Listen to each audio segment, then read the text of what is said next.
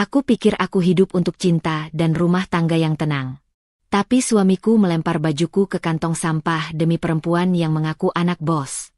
Dan ternyata, aku memegang kendali atas kehidupannya tanpa dia sadari. Sebelum mulai ceritanya, komen dulu kalian dari kota atau negara mana. Aku pengen tahu. Jangan lupa like, subscribe, dan aktifkan lonceng, supaya channel ini makin berkembang. Andin menahan napas ketika suara piring dibanting pelan ke meja makan. Bukan keras, tapi cukup untuk menandai ketidaksabaran. Ia tahu, pagi selalu jadi waktu paling rawan di rumah ini. Kamu pakai daster lagi. Suara Bu Ratna terdengar datar, namun tajamnya menusuk lebih dalam dari nada tinggi. Istri orang kantoran seharusnya tahu diri. Andin mengangkat wajahnya perlahan. Daster abu-abu itu sudah bersih dan rapi, rambutnya terikat sederhana. Ia tidak merasa ada yang salah. Tapi di mata ibu mertuanya, kesederhanaan Andin selalu tampak seperti aib yang sengaja dipamerkan. Ini di rumah, Bu, jawab Andin lembut. Tangannya tetap sibuk menuang teh hangat ke cangkir Bu Ratna. Ia memilih berdiri, tidak duduk sejajar. Posisi yang sudah terbiasa ia ambil. Sedikit lebih rendah, sedikit lebih aman. Bu Ratna mendengus. Rumah juga mencerminkan siapa penghuninya. Jangan sampai orang luar kira Raka menikah dengan perempuan yang tak punya kelas. Kata kelas itu kembali.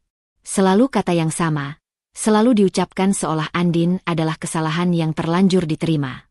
Andin mengangguk kecil. Tidak membela diri. Tidak menjelaskan. Ia sudah belajar bahwa setiap penjelasan hanya akan memperpanjang penghinaan. Diam adalah cara tercepat menjaga sisa tenang di dadanya. Dari ruang tengah, Raka keluar sambil merapikan jam tangan mahal di pergelangan tangannya. Jasnya rapi, sepatunya mengilap. Ia bahkan tidak menoleh pada Andin ketika duduk dan mengambil ponsel. Pagi, katanya singkat, entah pada siapa. Andin menyahut pelan. Pagi. Tidak ada balasan. Bu Ratna langsung berubah sikap. Senyumnya muncul, suaranya menghangat. Sarapan dulu, nak, jangan sampai telat. Raka menggeleng. Aku makan di kantor saja, Ma. Sekarang lagi banyak urusan. Andin menatap punggung suaminya. Dulu, Raka selalu menyempatkan sarapan bersama. Bahkan hanya dengan roti tawar dan kopi instan, ia tetap duduk, bercerita tentang rencana hari itu. Sekarang, pagi terasa seperti lorong sempit yang harus cepat dilewati. Urusan apa?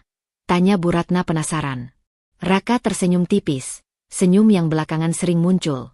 Senyum puas yang tidak pernah dibagikan pada Andin. Ada peluang besar. Kalau ini berhasil, posisi aku bisa naik. Andin berhenti menuang air. Kata peluang besar itu baru baginya. Raka tidak menoleh, tidak menjelaskan lebih lanjut, seolah cerita itu memang bukan untuknya. Syukurlah, sahut Bu Ratna cepat. Sudah waktunya kamu sejajar dengan orang-orang penting. Jangan sampai kalah sama yang lain. Yang lain. Andin tahu maksudnya. Raka berdiri. Aku pulang agak malam. Jangan tunggu. Kalimat itu jatuh begitu saja, tanpa penjelasan, tanpa permintaan. Andin mengangguk refleks, meski dadanya terasa sedikit lebih sesak dari biasanya.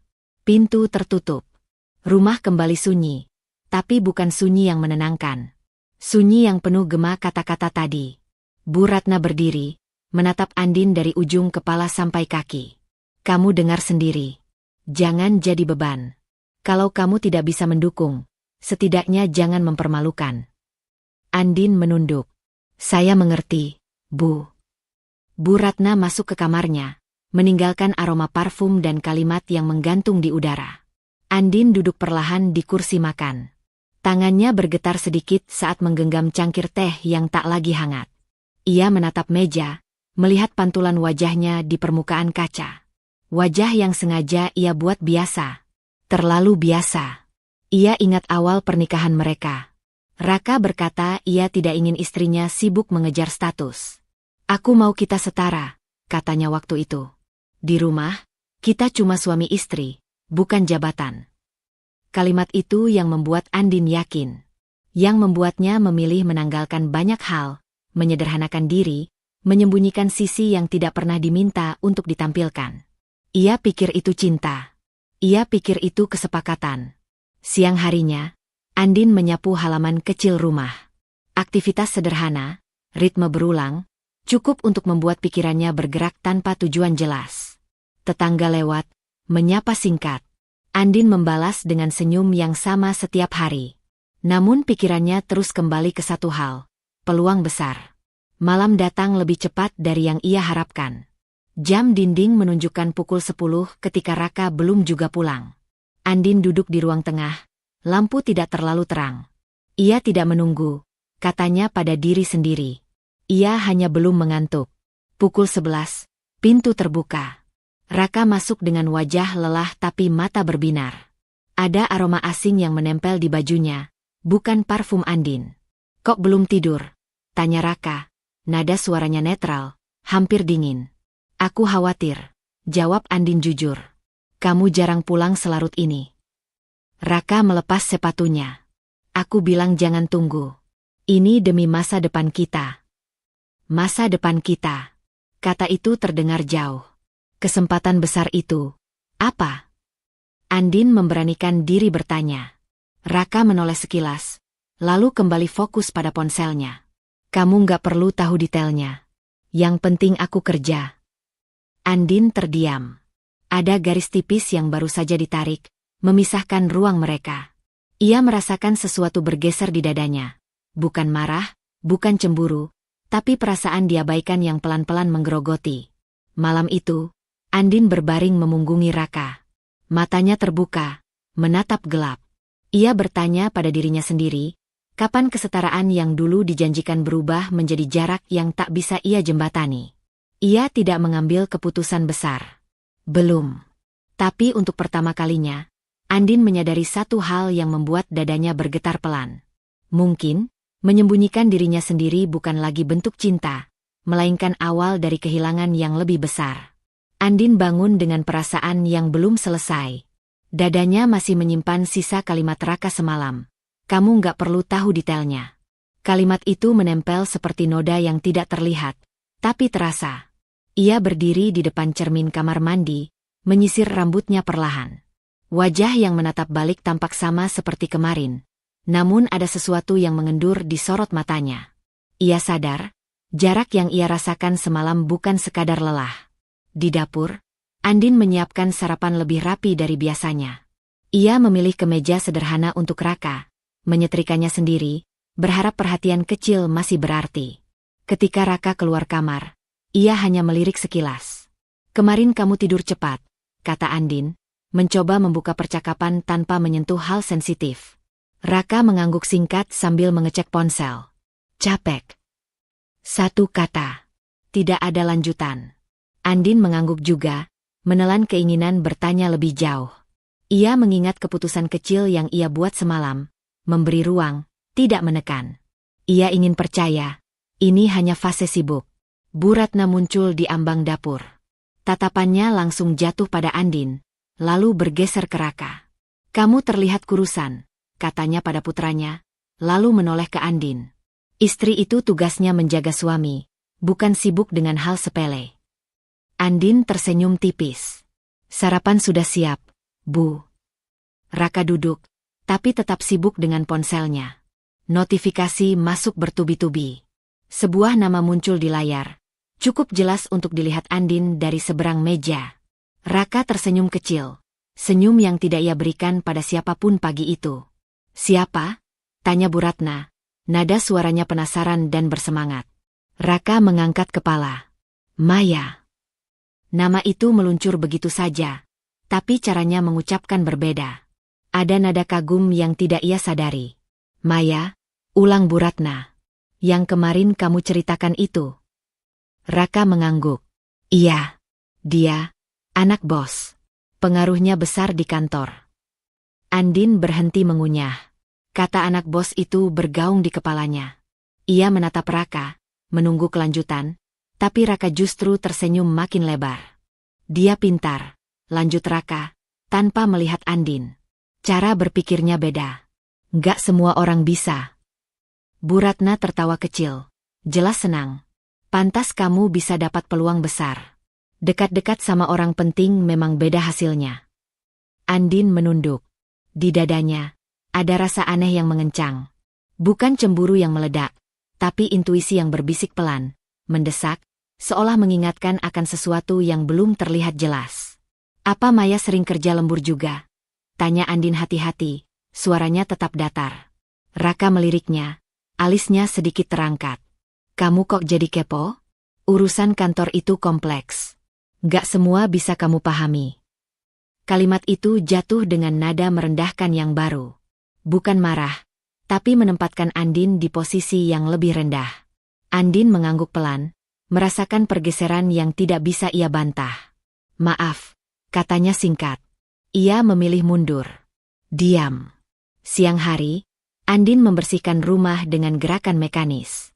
Setiap sudut terasa lebih luas dari biasanya, seolah rumah ikut menjauh darinya. Ia mengingat kembali Raka yang dulu selalu berkata, "Aku butuh pendapat kamu." Kini, pertanyaannya saja dianggap gangguan. Sore menjelang, Andin menyiapkan makan malam. Raka pulang lebih cepat dari kemarin, tapi langsung menuju kamar, berganti pakaian, lalu keluar lagi dengan kemeja berbeda. Mau kemana lagi? Tanya Andin, kali ini tanpa bisa menahan. Raka menghela napas pendek. Ada meeting dadakan. Sama Maya. Nama itu lagi. Kali ini diucapkan tanpa basa-basi, seolah sudah seharusnya Andin tahu dan menerima. Pulangnya? Andin tidak melanjutkan kalimatnya. Nanti, jawab Raka. Kamu nggak usah nunggu. Nada suaranya bukan permintaan, melainkan perintah halus. Andin berdiri di ambang pintu saat Raka pergi. Ia tidak melambaikan tangan. Ia tidak menahan. Tapi ketika pintu tertutup, ia merasakan dadanya berdenyut pelan, seperti ada sesuatu yang retak namun belum pecah. Malam itu, Andin duduk sendirian di ruang tengah. Televisi menyala tanpa ia tonton. Pikirannya penuh potongan kecil. Senyum Raka saat menyebut Maya, nada kagum yang asing, cara ia menepis pertanyaan Andin. Ia tahu, sebagai istri, ia berhak bertanya. Ia tahu, sebagai manusia, ia berhak curiga. Namun ia juga tahu betapa rapuh rumah tangga jika diguncang kecurigaan yang belum punya bukti. Ia mengingat janjinya sendiri, menjaga pernikahan, menjaga kesetaraan yang dulu ia yakini. Malam semakin larut. Raka belum pulang. Andin mematikan televisi dan berdiri. Di kamar, ia duduk di tepi ranjang, menatap sisi kosong. Untuk pertama kalinya, ia membuat keputusan kecil yang terasa berisiko. Ia tidak akan bertanya lagi besok. Bukan karena tidak peduli, tapi karena ia takut. Takut jawaban yang akan ia dengar benar-benar mengubah segalanya. Andin bangun dengan keputusan yang belum sempat mengeras. Ia berjanji pada dirinya sendiri semalam untuk tidak bertanya, untuk tidak menekan, untuk menjaga pernikahan dengan cara yang paling aman, diam. Namun pagi selalu punya caranya sendiri untuk menguji niat seseorang. Di meja makan, Bu Ratna sudah duduk rapi dengan pakaian yang terlalu formal untuk sekadar di rumah. Tatapannya tajam, seolah pagi ini ia datang membawa penilaian baru. Raka belum keluar kamar. Andin menyiapkan sarapan seperti biasa, tapi langkahnya terasa lebih berat dari kemarin. Kamu tahu nggak? Bu Ratna membuka percakapan tanpa menoleh. Istri salah satu direktur di perusahaan besar itu, bukan tempat Raka bekerja. Ya, setiap pagi sudah rapi. Cara bicaranya enak dilihat. Penampilannya mencerminkan kualitas. Andin berhenti mengaduk sayur. Kata-kata itu tidak ditujukan langsung, tapi jelas sasarannya. Ia menelan ludah, mencoba menjaga napas tetap teratur. Saya di rumah saja, Bu, jawabnya pelan. Jadi berpakaian sederhana. Bu Ratna tersenyum tipis, senyum yang tidak pernah benar-benar hangat. Nah, itu masalahnya. Zaman sekarang, perempuan itu dinilai dari bagaimana dia membawa diri. Apalagi sebagai istri laki-laki yang karirnya sedang naik. Andin mengangguk. Ia tahu, membela diri hanya akan membuat Bu Ratna semakin bersemangat membandingkan. Ia memilih diam, meski di dadanya ada rasa yang mulai berubah bentuk, bukan sekadar tersinggung, tapi seperti dikikis perlahan. Raka keluar kamar, mengenakan kemeja yang Andin setrika kemarin. Bu Ratna langsung tersenyum lebar. Kamu tahu, Ma, kata Raka sambil duduk, di kantor itu beda. Orang-orangnya rapi semua. Profesional. Andin menatap piringnya. Nada Raka terdengar netral, tapi ada arah yang jelas. Ia tidak menyebut nama, tapi ia tahu kemana kalimat itu mengarah. Maya juga begitu, lanjut Raka, seolah baru teringat sesuatu yang penting. Datang ke meeting selalu siap. Gak pernah kelihatan asal. Nama itu kembali masuk ke ruang makan mereka. Andin merasakan kursinya seolah sedikit ditarik menjauh dari meja. Ia tidak menoleh, tapi telinganya menangkap setiap kata. Pantas saja dia dipercaya, sahut Bu Ratna cepat. Anak bos memang beda. Dari caranya bicara saja sudah kelihatan. Andin tersenyum tipis. Senyum yang ia pakai seperti pelindung. Di dalam, ada suara kecil yang bertanya mengapa setiap kelebihan Maya selalu harus dibicarakan di rumah ini. Aku berangkat dulu, kata Raka, berdiri. Sebelum keluar, ia menoleh pada Andin. Oh ya, tadi Maya tanya apakah rumah kita dekat kantor. Dia penasaran. Andin tertegun. Tanya, tentang rumah kita. Iya. Dia suka konsep rumah yang tenang. Jawab Raka ringan. Aku ceritakan sedikit. Sedikit. Tapi cukup untuk membuat Andin merasa ruang pribadinya mulai dimasuki tanpa izin. Raka pergi. Bu Ratna berdiri dan merapikan tasnya. Sebelum masuk kamar, ia berhenti di depan Andin. Kamu jangan baper, katanya datar. Ibu cuma ingin yang terbaik buat Raka. Kalau kamu mau dihargai, ya berusahalah menyesuaikan. Andin menunduk. Iya, Bu. Setelah rumah sepi, Andin duduk lama di ruang tengah. Ia mengulang kalimat Bu Ratna di kepalanya, memeriksanya satu persatu, seolah mencari celah untuk membantah. Tapi setiap bantahan selalu berakhir pada satu pertanyaan. Apa aku memang kurang? Siang itu, Andin membuka lemari. Ia mengeluarkan beberapa pakaian lama, blus sederhana, rok polos. Ia membandingkannya dengan bayangan perempuan karir yang digambarkan Bu Ratna. Untuk pertama kalinya, ia merasa penampilannya bukan pilihan sadar, melainkan sesuatu yang ia biarkan karena merasa tidak pantas menonjol. Sore hari, Raka mengirim pesan singkat, pulang agak malam. Ada diskusi lanjutan. Tidak ada penjelasan. Tidak ada permintaan. Andin membaca pesan itu berulang kali. Ia ingin bertanya, tapi ingat janjinya sendiri. Diam. Malam datang dengan sunyi yang lebih berat. Andin menyiapkan makan malam, meski tahu mungkin tidak akan dimakan bersama. Ketika Raka akhirnya pulang, ia membawa cerita, bukan tentang dirinya dan Andin, tapi tentang Maya. Dia punya pandangan menarik soal strategi, kata Raka sambil makan. Berani, tapi rapi. Andin mengangguk, menyimak tanpa komentar. Setiap pujian itu seperti diletakkan di antara mereka, membentuk jarak yang semakin nyata. Kamu kenapa nggak coba belajar hal-hal begitu? Tanya Raka tiba-tiba. Biar nyambung kalau aku cerita. Pertanyaan itu sederhana, tapi nadanya membuat Andin merasa kecil. Seolah selama ini ia tertinggal, seolah ketidaktahuannya adalah kesalahan pribadi. Maaf, katanya lirih. Aku kurang mengikuti. Raka mengangkat bahu. Ya, itu saja. Malam itu, Andin berbaring sambil menatap langit-langit. Ia memutar ulang setiap peristiwa hari ini dan menemukan satu pola yang membuat dadanya sesak. Ia selalu menyalahkan dirinya sendiri. Mungkin kalau ia lebih rapi. Mungkin kalau ia lebih pintar bicara. Mungkin kalau ia tidak terlalu sederhana. Dengan pikiran itu, Andin membuat keputusan kecil lain, lebih berbahaya dari diam. Ia mulai percaya bahwa semua jarak ini adalah akibat kekurangannya sendiri. Andin bangun dengan rasa bersalah yang tidak ia pahami sepenuhnya.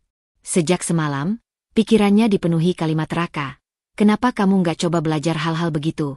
Yang terus berulang, berubah bentuk menjadi tudingan sunyi. Ia menatap lemari pakaian lebih lama dari biasanya. Jari-jarinya menyentuh kain sederhana yang selama ini ia pilih tanpa ragu. Hari ini, keraguan itu muncul. Ia akhirnya mengenakan blus polos yang jarang dipakai. Tidak mencolok, tapi lebih rapi dari kebiasaannya. Di cermin, Andin tidak melihat versi dirinya yang baru. Ia hanya melihat seseorang yang sedang mencoba memenuhi ekspektasi yang tidak pernah diucapkan secara resmi. Raka sudah duduk di ruang makan ketika Andin keluar kamar. Ia menoleh, menilai cepat, lalu kembali menatap ponselnya. Bagus, katanya singkat. Satu kata itu seharusnya melegakan. Tapi entah kenapa, Andin justru merasa seperti baru saja lulus dari ujian yang tidak ia daftarkan diri. Bu Ratna ikut memperhatikan. Nah, begini kelihatannya. Lebih enak dilihat. Andin tersenyum kecil. Senyum itu terasa kaku, tapi ia tetap memakainya. Pagi berjalan tanpa banyak percakapan sampai Raka tiba-tiba meletakkan ponselnya dan menatap Andin lebih lama dari biasanya. Tatapan itu membuat Andin refleks menegakkan punggung. Aku mau bicara, kata Raka. Nada suaranya serius. Bu Ratna berdiri, paham isyarat, lalu masuk ke kamarnya tanpa diminta. Ruang makan terasa lebih sempit setelah itu. Belakangan ini aku mikir, lanjut Raka. Hidup kita berubah. Karir aku naik, lingkaran pergaulan juga beda. Andin mengangguk pelan, menunggu. Kamu itu istriku, kata Raka, suaranya menurun, seolah sedang menjelaskan sesuatu yang logis. Orang lihat kamu, orang nilai aku. Andin menelan napas. Kalimat itu tidak diucapkan kasar, tapi maknanya tajam. Maksud kamu? Tanyanya hati-hati. Raka menghela napas, tampak tidak sabar. Aku cuma mau kamu menyesuaikan. Penampilan, cara bicara. Bukan berlebihan, tapi pantas jadi istri orang sukses. Kata pantas itu menghantam lebih keras dari dugaan Andin. Ia terdiam beberapa detik, memberi dirinya waktu agar suaranya tidak bergetar. Aku pikir, katanya pelan, kamu menikah denganku apa adanya. Raka mengangkat bahu. Apa adanya itu konsep romantis. Dunia nyata beda, Din. Kita nggak hidup sendirian. Andin merasakan sesuatu di dadanya menegang. Bukan marah, tapi dorongan untuk berdiri tegak. Untuk pertama kalinya sejak beberapa hari terakhir, ia tidak langsung menyalahkan dirinya. Aku bisa rapi, katanya tenang. Aku bisa belajar hal baru. Tapi kalau maksudmu aku harus berubah jadi orang lain supaya layak mendampingimu, aku nggak bisa. Raka menatapnya, alisnya sedikit berkerut. Kamu terlalu sensitif. Aku ngomong demi masa depan kita. Kalimat itu, demi masa depan kita, mulai terasa seperti tameng. Setiap nada merendahkan dibungkus dengan kata yang terdengar mulia. Masa depan siapa? Tanya Andin lirih. Raka terdiam sejenak, lalu berdiri. Kamu jangan dipelintir. Aku kerja keras buat keluarga ini. Wajar kalau aku minta dukungan. Aku mendukung, jawab Andin cepat. Aku selalu mendukung. Tapi bukan dengan menghapus diriku sendiri. Raka tertawa kecil, bukan tawa senang. Kamu drama. Aku cuma minta kamu upgrade sedikit. Upgrade. Seolah dirinya versi lama yang sudah tidak relevan. Raka pergi tanpa pamit lebih lama. Andin duduk sendiri, merasakan campuran aneh antara lega dan takut. Ia baru saja menolak sesuatu. Dengan halus, dengan sopan, tapi tetap menolak. Itu keputusan kecil. Namun dadanya berdebar seperti setelah melompat dari ketinggian. Siang hari, Bu Ratna kembali mengomentari pakaian Andin, kali ini dengan nada puas. Kalau begini, orang juga segan. Andin hanya mengangguk. Ia tidak menjelaskan percakapan pagi tadi. Ia tahu, Bu Ratna akan berdiri di sisi Raka tanpa ragu. Sore menjelang, Andin menerima pesan dari Raka. Jangan terlalu dipikirkan. Aku cuma mau yang terbaik. Pesan itu tidak membuatnya tenang. Justru membuatnya sadar bahwa batas yang ia pasang pagi tadi belum tentu dihormati. Malamnya, Raka pulang dengan wajah lelah. Ia langsung duduk, membuka laptop, berbicara tentang target, tentang rapat, tentang Maya, selalu Maya, yang punya wawasan luas dan tahu cara membawa diri. Andin mendengarkan sambil menyiapkan teh. Setiap kalimat Raka terasa seperti pengingat bahwa dunia yang ia masuki semakin jauh darinya.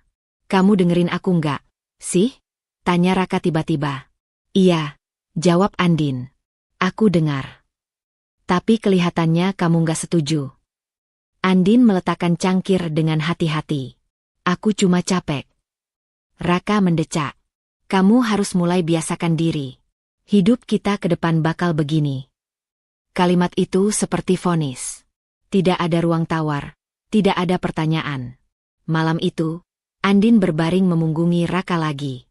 Tapi kali ini, ia tidak merasa kecil. Ia merasa berada di persimpangan yang belum ia akui sepenuhnya. Di dalam gelap, Andin membuat keputusan kecil yang berisiko. Ia akan berhenti berusaha terlihat pantas di mata Raka, dan mulai mengamati dengan jujur sejauh mana Raka benar-benar melihatnya sebagai pasangan, bukan aksesori masa depan. Andin bangun dengan kesadaran yang belum selesai ia cerna. Rumah ini tak lagi sepenuhnya miliknya. Keputusan kecil yang ia ambil semalam, berhenti berusaha terlihat pantas di mata Raka, ternyata tidak membuat pagi lebih ringan. Justru ada ketegangan baru, seperti udara sebelum hujan, menunggu pecah. Ia sedang menyapu ruang tamu ketika bel rumah berbunyi. Pagi masih muda. Bu Ratna sudah rapi, seolah memang menunggu tamu. Andin berhenti sejenak, merasa ada sesuatu yang tidak beres. Aku buka, kata Bu Ratna cepat, mendahului Andin. Dari ambang pintu, Andin melihat seorang perempuan berdiri dengan senyum lebar dan sikap percaya diri yang nyaris berlebihan. Rambutnya tertata rapi, pakaiannya sederhana tapi jelas mahal. Tatapannya menyapu ruang tamu dengan cepat, menilai tanpa perlu bertanya. Halo, Tante Ratna, sapanya ramah. Aku Maya. Nama itu akhirnya berdiri di hadapan Andin, bukan lagi sekadar cerita. Oh, kamu ya? Bu Ratna menyambut hangat. Suaranya berubah drastis. Masuk, masuk. Maya melangkah masuk dengan mudah, seolah rumah ini bukan wilayah asing. Baru kemudian ia menoleh pada Andin. Kamu pasti Andin, katanya. Senyumnya tetap terjaga. Istrinya Raka, ya? Iya, jawab Andin, berusaha menjaga suaranya tetap netral. Silakan duduk. Maya duduk tanpa diminta, meletakkan tasnya dengan rapi. Aku cuma mampir sebentar. Raka bilang rumahnya dekat, jadi sekalian. Sekalian. Kata itu terdengar ringan, tapi Andin merasakannya seperti uji batas. Raka keluar dari kamar dengan ekspresi terkejut yang cepat berubah jadi senyum. Maya? Kamu kesini? Iya, jawab Maya ceria. Tadi ada berkas yang harus kamu tanda tangan. Aku pikir sekalian saja. Cara Maya menyebut Raka. Cara Raka tersenyum balik. Semuanya terasa terlalu akrab untuk ukuran rekan kerja biasa. Oh, ini Andin, kata Raka, memperkenalkan, tapi nadanya datar. Tidak ada kebanggaan, tidak ada penekanan. Maya berdiri dan menjabat tangan Andin. Genggamannya ringan, tapi tatapannya tajam. Senang akhirnya ketemu. Raka sering cerita. Cerita apa? Tanya Andin, tanpa bisa menahan diri sepenuhnya. Maya tertawa kecil. Tentang betapa sederhana dan tenangnya rumah ini. Cocok buat istirahat dari dunia kerja yang, ya, keras. Nada itu terdengar seperti pujian, tapi ada sesuatu yang menyelip. Seolah kesederhanaan Andin adalah latar belakang, bukan pilihan. Bu Ratna tersenyum bangga. Maya ini pintar sekali. Beda sama anak-anak sekarang. Andin berdiri di samping mereka, merasa perannya perlahan mengecil. Ia menawarkan minum, sebuah refleks yang sudah ia kenal. Aku bikinkan teh, katanya. Maya mengangguk. Terima kasih. Teh hangat saja. Ya. Aku biasa minum itu di kantor, biar fokus. Kantor. Rumah. Dua dunia yang kini bertabrakan di ruang tamu Andin. Saat Andin kembali membawa teh, ia mendengar Maya berbicara tentang strategi, tentang rapat, tentang visi. Kata-katanya mengalir lancar, penuh keyakinan. Raka mendengarkan dengan antusias, sesekali mengangguk, sesekali menimpali. Kamu beruntung punya suami yang ambisius, kata Maya tiba-tiba, menoleh pada Andin. Gak semua perempuan kuat mendampingi. Andin tersenyum tipis. Aku mendukung Raka. Tentu, sahut Maya cepat. Maksudku, di level seperti ini, tuntutannya beda. Kadang istri harus fleksibel. Andin menatap Raka, berharap ada penyeimbang. Tapi Raka justru berkata, Maya benar. Dunia profesional itu keras. Kita nggak bisa pakai cara lama. Kalimat itu menghantam lebih keras karena datang dari Raka. Untuk pertama kalinya, ia secara terbuka berdiri di sisi Maya, bukan sekadar membicarakannya. Andin merasakan pipinya menghangat. Cara lama yang kamu maksud? Raka menghela napas, jelas tidak sabar. Kamu jangan defensif. Kita cuma ngobrol. Justru itu, jawab Andin pelan. Kita sedang ngobrol di rumahku. Suasana mengeras seketika. Maya tersenyum, tapi senyumnya kini lebih tipis. Maaf kalau aku bikin gak nyaman. Aku cuma terbiasa bicara terbuka. Raka langsung menoleh padanya. Nggak apa-apa. Andin cuma lagi capek. Kalimat itu menutup pintu bagi Andin. Ia baru saja disimpulkan, didefinisikan, tanpa diberi ruang. Bu Ratna menimpali. Andin memang sensitif. Tapi nanti juga terbiasa. Terbiasa? Dengan apa? Maya berdiri, merapikan tasnya. Aku harus pergi. Terima kasih sudah diterima. Rumahnya, nyaman.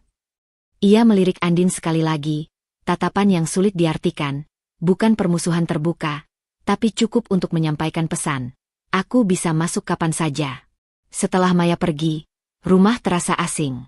Raka kembali ke kamarnya tanpa bicara. Bu Ratna masuk dapur, seolah tidak ada yang terjadi. Andin berdiri sendirian di ruang tamu, menatap pintu yang tadi dilewati Maya. Untuk pertama kalinya, ia tidak hanya merasa diremehkan, ia merasa posisinya diuji, dan Raka tidak memilihnya. Malam itu, Andin duduk di tepi ranjang, merangkul dirinya sendiri. Rasa aman yang selama ini ia jaga runtuh perlahan, meninggalkan ruang kosong yang dingin. Dengan tangan gemetar, Andin mengambil ponselnya dan menyimpannya di tas. Keputusan kecil, tapi berisiko. Mulai malam ini, ia tidak akan lagi menunggu Raka pulang di rumah yang tak lagi terasa seperti tempat berlindung. Andin pulang menjelang sore dengan langkah yang terasa asing di lantai rumahnya sendiri. Keputusan kecil semalam, tidak menunggu Raka pulang, meninggalkan sisa dingin yang belum mencair. Ia membuka pintu pelan, seolah takut mengganggu sesuatu yang bukan lagi miliknya. Rumah menyambut dengan sunyi yang kaku, bukan tenang. Di ruang tengah, Bu Ratna duduk sambil melipat kain. Wajahnya terangkat saat melihat Andin, tatapannya langsung menilai, seperti biasa. Andin meletakkan tas di kursi, berusaha mengatur napas sebelum sapaan yang tak pernah benar-benar ramah. Kamu dari mana? Tanya Bu Ratna. Keluar sebentar, jawab Andin singkat. Ia tidak ingin menjelaskan. Penjelasan belakangan terasa seperti kesalahan. Bu Ratna mengangguk kecil, lalu menepuk kain di pangkuannya. Ibu mau bicara. Nada itu membuat Andin duduk. Ia tahu, percakapan ini bukan untuk didiskusikan, melainkan diarahkan. Kemarin itu, Bu Ratna memulai, kamu jangan ambil hati. Maya itu rekan kerja Raka. Orang-orang seperti dia memang terbiasa bicara terbuka.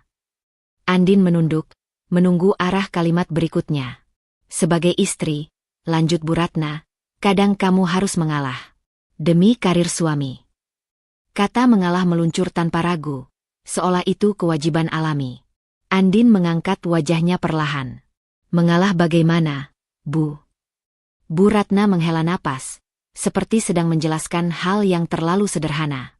Jangan sensitif. Jangan merasa terancam. Kamu harus paham posisi Raka sekarang. Kalau kamu terus begini, dia jadi nggak nyaman di rumah. Kata nggak nyaman itu menggetarkan sesuatu di dada Andin. Rumah, tempat yang seharusnya menjadi pelindung, kini diukur dari kenyamanan orang lain. Saya tidak bermaksud. Andin berhenti.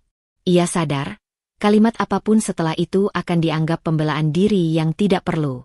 Bu Ratna berdiri. Ibu hanya mau yang terbaik. Kalau Raka sukses, kamu juga ikut. Kalimat itu terdengar seperti janji, tapi Andin merasakan syarat yang menyertainya. Ia harus mengecil agar kesuksesan itu muat. Malam turun. Raka pulang dengan wajah lelah dan mata yang menghindar. Ia melewati Andin tanpa menatap, langsung masuk kamar. Andin mengikuti beberapa menit kemudian, membawa segelas air seperti kebiasaannya. Ia berhenti di ambang pintu saat melihat pemandangan yang membuat langkahnya tertahan. Bantal dan selimut Raka sudah berpindah ke sofa panjang di ruang kerja kecil. Lemari terbuka, beberapa pakaian kerja tergantung di sana. "Kamu mau tidur di situ?" tanya Andin, suaranya nyaris tak terdengar. Raka menoleh singkat. "Iya." "Kenapa?" Andin bertanya, meski ia sudah bisa menebak. Raka menghela napas panjang, lalu duduk di sofa. "Aku butuh ruang." Di kamar itu, tegang. Tegang. Seolah tegang itu datang sendirinya, bukan dibangun. "Aku cuma minta kita bicara," kata Andin pelan. "Aku nggak merasa." "Kamu selalu merasa," potong Raka. "Aku capek pulang ke rumah tapi harus jaga kata-kata. Aku kerja seharian, Din. Rumah harusnya bikin aku tenang." Andin berdiri mematung. Kalimat itu menempatkannya sebagai sumber gangguan, bukan pasangan. "Jadi ini salahku?" tanyanya, lebih pada diri sendiri. Raka mengangkat bahu. "Aku nggak bilang gitu. Tapi kamu bisa bikin ini lebih mudah." "Lebih mudah."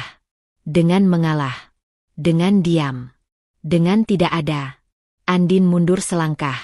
Ia tidak memaksa, tidak memohon. Ia masuk kamar sendiri, menutup pintu pelan.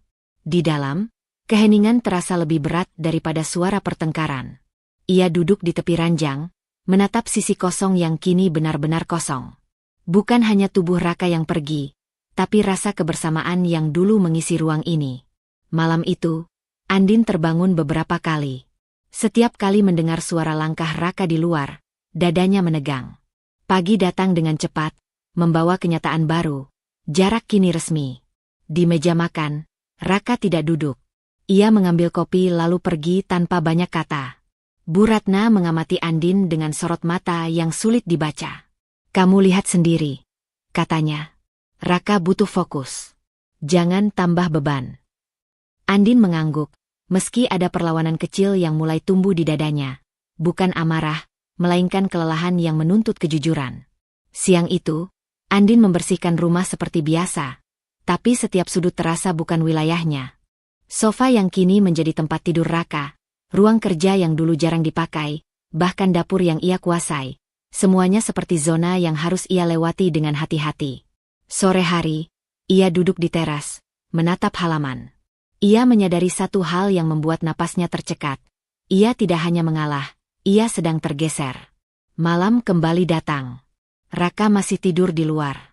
Andin berdiri di ambang kamar, memegang gagang pintu, ragu. Untuk pertama kalinya, ia merasa menjadi tamu di rumahnya sendiri. Dengan tangan gemetar, Andin memindahkan beberapa barang pribadinya ke sisi lemari yang lebih kecil. Keputusan kecil, nyaris tak terlihat, tapi di baliknya ada pengakuan pahit. Ia sedang bersiap hidup dengan ruang yang semakin sempit, sambil bertanya berapa lama lagi ia sanggup bertahan tanpa benar-benar menghilang. Andin terbangun oleh suara pintu yang dibuka tanpa mengetuk.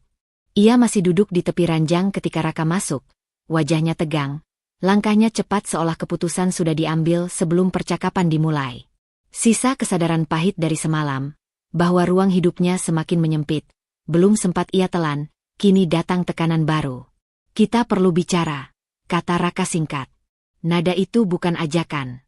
Andin berdiri, merapikan baju tidurnya, berusaha menenangkan detak jantung yang tiba-tiba tidak beraturan. "Ada apa?" tanyanya. Raka menarik napas, lalu berkata tanpa berputar. "Aku pikir akan lebih baik kalau kamu pergi sementara." Kata pergi jatuh seperti benda keras ke lantai. Andin mematung. Ia menunggu kelanjutan, berharap ada penjelasan yang membuat kalimat itu masuk akal. "Pergi kemana?" Suaranya nyaris berbisik. "Ke rumah temanmu, atau siapapun," jawab Raka. "Biar suasana di sini lebih kondusif. Aku lagi butuh fokus." Kondusif. Rumah mereka diukur dari produktivitas Raka, bukan dari keberadaan Andin. "Jadi aku masalahnya?" tanya Andin, menahan getar di suaranya. Raka mengusap wajahnya. "Kamu jangan dipelintir. Ini sementara. Demi kebaikan kita." Kalimat itu terdengar familiar. Demi kebaikan kita. Tapi kini maknanya semakin menyempit. Andin menatap Raka, mencoba menemukan sisa empati di wajah yang dulu ia kenal. "Dan ibu tahu?" tanyanya. Raka mengangguk singkat. Ibu setuju. Dia juga bilang kamu butuh waktu menenangkan diri. Andin tersenyum pahit. Waktu menenangkan diri, artinya menyingkir. Ia tidak menjawab. Ia hanya mengangguk pelan. Lebih untuk dirinya sendiri daripada untuk Raka. Dalam diam itu, harga dirinya berdiri tegak. Tapi rasa kehilangan mulai merayap, menyentuh setiap sudut yang pernah ia sebut rumah. Siang hari, Andin mulai mengemasi barang-barangnya. Tidak banyak. Beberapa pakaian, dokumen pribadi, dan tas yang selalu ia bawa. Setiap lipatan terasa seperti perpisahan kecil. Ia mendengar suara langkah di luar kamar. Bukan Raka. Maya masuk tanpa ragu, seolah undangan tak diperlukan. Ia mengenakan pakaian santai, rambutnya terikat rapi, membawa kotak kecil di tangannya. "Oh, kamu lagi beres-beres," katanya dengan nada ringan. "Aku kira kamu sudah berangkat." Andin menatapnya. "Ada perlu?" Maya melirik sekitar kamar. "Aku cuma mau bilang, aku titip Raka ya. Dia lagi banyak tekanan." Kata titip itu terasa ironis. Andin menahan napas. "Dan satu lagi," lanjut Maya, melangkah ke arah lemari. "Aku pikir ruang kerja sebaiknya ditata ulang. Biar Raka lebih fokus. Aku sudah bicara sama Bu Ratna." "Bicara? Mengatur? Tanpa Andin. Ini rumah saya," kata Andin akhirnya. Suaranya tenang tapi dingin. Maya tersenyum. Senyum yang sama seperti kemarin. Ramah di permukaan, merendahkan di kedalaman. "Untuk sementara, iya. Tapi sekarang prioritasnya Raka. Kamu pasti mengerti." Andin mengepalkan jari di dalam tas. Ia ingin berkata banyak hal, tapi memilih satu. Diam. Diam yang bukan pasrah, melainkan benteng terakhir. Sore menjelang, Bu Ratna ikut memberi instruksi kecil, di mana sepatu Raka sebaiknya diletakkan, perabot mana yang perlu digeser.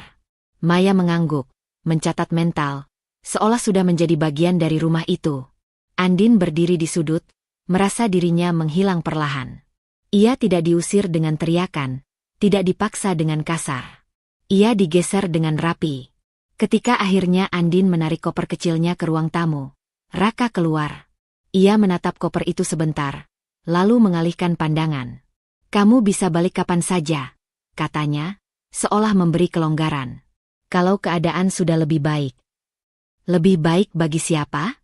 Andin mengangguk. Ia tidak memperbaiki kalimat Raka. Ia tidak meminta waktu. Ia melangkah menuju pintu. Di ambang pintu, ia menoleh sekali lagi. Maya sedang mengatur bunga di meja, memindahkan foto keluarga sedikit ke samping agar vas baru muat. Raka berdiri di belakangnya. Diam. Bu Ratna mengamati dengan puas. Rasa kehilangan menekan dada Andin begitu kuat hingga ia harus berhenti sejenak. Rumah ini pernah ia jaga dengan diam dan pengorbanan. Kini, ia pergi dengan koper kecil dan harga diri yang nyaris retak. Di luar, udara terasa asing. Andin menutup pintu pelan, tanpa suara. Ia berjalan beberapa langkah, lalu berhenti. Di tangannya, ponsel bergetar. Pesan dari Raka. "Ini yang terbaik untuk sekarang." Andin menatap layar itu lama. Keputusan kecil menunggu di ujung jarinya. Membalas, atau membiarkan pesan itu menjadi jarak pertama yang ia pilih sendiri. Ia memasukkan ponsel ke tas tanpa membalas, melangkah pergi dengan dada berdenyut, terjepit antara martabat yang harus ia jaga dan kehilangan yang mulai terasa nyata. Andin kembali ke rumah itu dengan langkah yang tidak lagi yakin. Keputusan kecil kemarin, pergi tanpa membalas pesan Raka, ternyata tidak mengakhiri apapun. Pagi ini, Bu Ratna mengirim pesan singkat, memintanya datang, mengambil barang-barang yang tertinggal. Kalimatnya terdengar administratif, dingin, seolah Andin bukan menantu, melainkan penyewa yang kontraknya habis. Ia berdiri di depan pintu beberapa detik sebelum menekan bel. Rumah itu masih sama, tapi rasa aman yang dulu ia kenal sudah lama menguap. Pintu dibuka oleh Raka. Wajahnya tegang, rahangnya mengeras. "Kamu ngapain lama?" tanyanya singkat, tanpa sapaan. "Aku cuma mau ambil beberapa barang," jawab Andin. Suaranya datar, tapi dadanya berdenyut pelan. Raka berbalik tanpa menunggu, memberi jalan seolah itu rumahnya seorang diri. Di ruang tamu, Maya duduk dengan santai, kaki disilangkan, ponsel di tangan. Ia menoleh dan tersenyum tipis. "Oh, kamu datang," katanya. Nada suaranya seperti menyambut tamu yang terlambat. Andin mengangguk kecil, memilih tidak membalas senyum itu. Ia berjalan ke kamar, berharap bisa mengemas cepat dan pergi. Tapi langkahnya terhenti ketika melihat lemari terbuka dan sebagian pakaiannya tidak lagi tergantung rapi. "Apa ini?" tanyanya, menahan napas. Raka muncul di belakangnya. "Biar cepat, aku bersin." Belum sempat Andin memahami maksudnya, Raka menarik beberapa helai baju Andin, daster, blus sederhana, pakaian rumah, dan memasukkannya ke dalam kantong sampah hitam besar di sudut kamar. Gerakannya cepat, kasar, tanpa ragu. "Raka," suara Andin pecah pelan. "Itu." "Sudah," potong Raka. "Kamu ambil saja yang penting. Sisanya nggak usah." Kantong sampah itu diikat dengan kuat, lalu diseret keluar kamar. Bunyi gesekan plastik dengan lantai terdengar nyaring, seperti pengumuman yang disengaja. Andin berdiri kaku. Ada rasa panas yang naik ke tenggorokannya, tapi tidak menjadi teriakan. Tidak menjadi amarah. Hanya perih yang menyebar pelan. Di ruang tamu, Maya berdiri, menyilangkan tangan. Tatapannya tidak lagi berusaha ramah. "Kamu harus terima kenyataan," katanya, suaranya dingin dan jelas. "Kamu itu istri gagal. Terlalu sibuk dengan perasaan sendiri sampai nggak sadar kamu menghambat masa depan Raka." Kata istri gagal jatuh tepat di dada Andin. Ia menatap Maya, lalu Raka, berharap, entah apa, penyangkalan, koreksi, apapun. Tapi Raka hanya diam, wajahnya tegang, matanya menghindar. "Dia cuma jujur," kata Raka akhirnya. "Kamu bikin semuanya rumit." "Rumit. Bukan kejam. Bukan salah. Hanya rumit." Andin menelan napas. Tangannya gemetar, tapi ia menahannya dengan menggenggam tali tasnya erat-erat. Ia menyadari sesuatu yang mengejutkan. Ia tidak ingin berteriak. Ia tidak ingin membela diri. Kata-kata mereka terasa terlalu jauh untuk dilawan dengan suara. Bu Ratna muncul dari dapur, menatap pemandangan itu tanpa terkejut. "Sudah bagus begini," katanya. "Biar jelas. Jangan bolak-balik bikin suasana nggak enak." Andin mengangguk pelan. "Aku mengerti." Kalimat itu bukan persetujuan. Itu tanda ia sudah berhenti berharap. Raka menyeret kantong sampah itu ke depan pintu dan meletakkannya di sana. "Ambil ini juga. Biar nggak ada alasan balik." Andin melangkah mendekat. Ia memandang kantong hitam itu lama. Isinya bukan sekadar pakaian, tapi sisa hidup yang pernah ia rawat dengan diam. Ia berlutut, membuka ikatannya sedikit, mengambil beberapa lembar yang masih ia butuhkan. Sisanya ia biarkan. Maya mengamati dengan senyum tipis, puas. "Semoga kamu bisa belajar," kata Maya. "Dunia nggak nunggu orang yang nggak mau berubah." Andin berdiri. Ia menatap Maya dengan mata yang basah tapi jernih. Berubah bukan berarti menghapus diri sendiri. Maya mengangkat bahu. "Itu pilihanmu." Andin menoleh pada Raka untuk terakhir kalinya. "Aku nggak pernah menghambatmu," katanya pelan. "Aku hanya berdiri di tempat yang salah." Raka tidak menjawab. Diamnya adalah keputusan. Andin mengangkat tasnya, melangkah menuju pintu. Tangannya sempat berhenti di gagang, lalu ia lepaskan. Ia tidak menoleh lagi. Ia tidak ingin mengingat wajah-wajah itu sebagai penutup. Di luar, udara siang terasa menyengat. Andin berjalan beberapa langkah, lalu berhenti. Air mata akhirnya jatuh, bukan deras, tapi cukup untuk mengaburkan pandangan. Ia tidak merasa marah. Tidak ada api yang membakar. Yang ada hanya luka yang dalam, rapi, dan sunyi. Ia menoleh ke kantong sampah yang kini berdiri di depan rumah, simbol penghinaan yang tidak pernah ia bayangkan. Andin tidak mengambilnya lagi. Ia meninggalkannya di sana.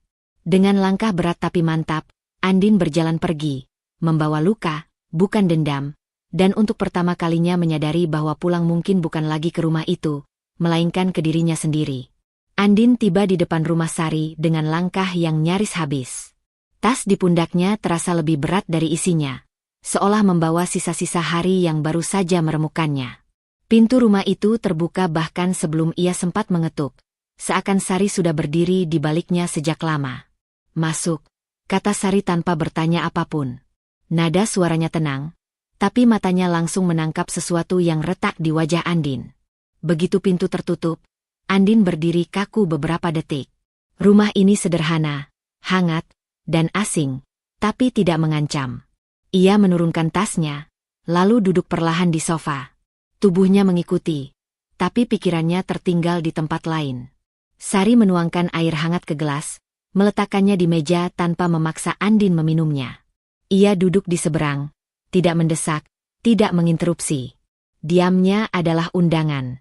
"Aku diusir," kata Andin akhirnya. Kalimat itu keluar datar, seperti laporan.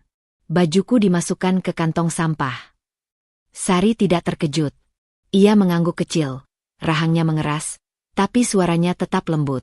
"Kamu aman di sini." Kata aman itu membuka sesuatu yang selama ini tertahan. Bahu Andin bergetar. Ia menunduk, menatap jemarinya sendiri yang saling mengunci. "Aku nggak marah," lanjut Andin pelan. "Itu yang bikin aku takut." Air mata jatuh satu-satu, tidak terburu-buru.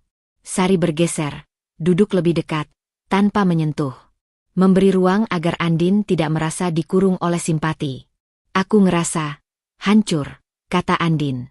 "Bukan karena mereka, tapi karena aku membiarkan semuanya." Kalimat itu adalah pengakuan pertama yang utuh. Bukan menyalahkan Raka. Bukan menuding Maya atau Bu Ratna. Menyebut dirinya sendiri. Dan itu menyakitkan. Sari menarik napas panjang. "Kamu nggak hancur, Din. Kamu lelah menahan diri jadi versi kecil." Andin menggeleng pelan. "Aku sembunyi. Dari awal. Aku pikir itu cara menjaga pernikahan. Aku pikir kalau aku cukup mengalah, semua akan baik-baik saja." "Dan sekarang?" tanya Sari. "Sekarang aku nggak tahu siapa diriku tanpa semua itu." Suara Andin serak. "Aku lihat baju-bajuku di kantong sampah, Sar. Aku nggak mikir soal bajunya. Aku mikir, mungkin memang aku yang pantas dibuang." Kalimat itu membuat Sari akhirnya meraih tangan Andin. Genggamannya kuat, membumi. "Dengar aku," kata Sari tegas. "Kamu bukan dibuang. Kamu disingkirkan karena kamu nggak mau menghilang sepenuhnya." Andin menatap Sari, matanya merah, tapi fokus. Ada sesuatu yang bergerak di dadanya. Bukan harapan, tapi kesadaran yang menuntut keberanian. "Mereka selalu bilang aku menghambat," ujar Andin. "Mungkin aku salah. Mungkin kalau aku..." "Stop," potong Sari. "Kamu bukan penghambat. Kamu cuma berhenti berpura-pura." Andin terdiam. Kata-kata itu masuk lebih dalam dari yang ia duga. Ia menyadari betapa lama ia memelintir dirinya agar sesuai dengan ruang yang tidak pernah benar-benar ia pilih. Malam itu, Andin mandi lama. Air hangat mengalir di punggungnya, membasuh bau rumah yang kini terasa asing. Ia meminjam pakaian Sari, sedikit kebesaran, tapi nyaman. Untuk pertama kalinya setelah berhari-hari, ia bernapas tanpa merasa diawasi. Di ruang makan kecil, Sari menyajikan sup sederhana. Mereka makan tanpa tergesa. Andin menceritakan semuanya. Tentang Raka yang tidur terpisah, tentang Maya yang mengatur rumah, tentang Bu Ratna yang menyuruhnya mengalah demi karir. Cerita itu mengalir tanpa dramatisasi, justru karena terlalu nyata. "Kenapa kamu nggak pernah cerita dari dulu?" tanya Sari. Andin tersenyum pahit. "Aku takut kalau aku bicara, aku harus berhenti bersembunyi." Sari menyandarkan punggungnya. "Dan sekarang?" Andin menatap mangkuknya. "Sekarang aku takut kalau aku terus sembunyi, aku nggak akan tersisa." Malam semakin larut. Sari menyiapkan kamar tamu. Andin berbaring di ranjang yang tidak dikenalnya, menatap langit-langit. Ponselnya bergetar di meja kecil. Pesan dari Raka. Ia tidak membukanya. Nama itu saja sudah cukup membuat dadanya mengencang. Untuk pertama kalinya, Andin bertanya pada dirinya sendiri bukan tentang bagaimana mempertahankan pernikahan, tapi tentang bagaimana menyelamatkan diri. Ia duduk, meraih tasnya, mengeluarkan map tipis berisi dokumen yang selalu ia bawa, Dokumen yang selama ini ia sembunyikan bahkan dari orang terdekatnya. Ia tidak membukanya. Belum. Tapi hanya dengan menyentuh map itu, ia merasakan sesuatu yang hampir ia lupakan, kendali. Andin meletakkan map itu di samping ranjang, lalu mematikan lampu. Di dalam gelap, ia membuat keputusan kecil yang berisiko. Ia akan berhenti berpura-pura tidak tahu siapa dirinya, meski konsekuensinya mungkin akan menghancurkan semua yang selama ini ia jaga. Andin melangkah masuk ke lobi kantor pusat dengan napas yang ditahan dan langkah yang mantap. Bangunan besar itu seolah menelan rasa hancur yang ia bawa dari rumah. Namun di dalam dirinya, ada sesuatu yang berbeda. Rasa hancur itu kini bercampur dengan tekad yang belum pernah ia rasakan sebelumnya. Ia bukan lagi Andin yang menyerah dalam diam. Hari ini, ia kembali ke tempat yang memang ia pimpin. Di lobi, Bimo menatapnya dengan mata berbinar, lalu tersenyum lebar. "Bu Andin, selamat datang kembali." Andin membalas dengan senyum tipis, menunduk sedikit sebagai tanda hormat. Ia merasakan lega yang aneh, tidak ada nada merendahkan, tidak ada keraguan di mata Bimo. Hanya rasa hormat yang tulus. Pak Surya muncul dari balik meja resepsionis. Langkahnya tenang. "Selamat datang, Bu Andin. Semuanya sudah siap. Kantor ini menunggu arahan Anda."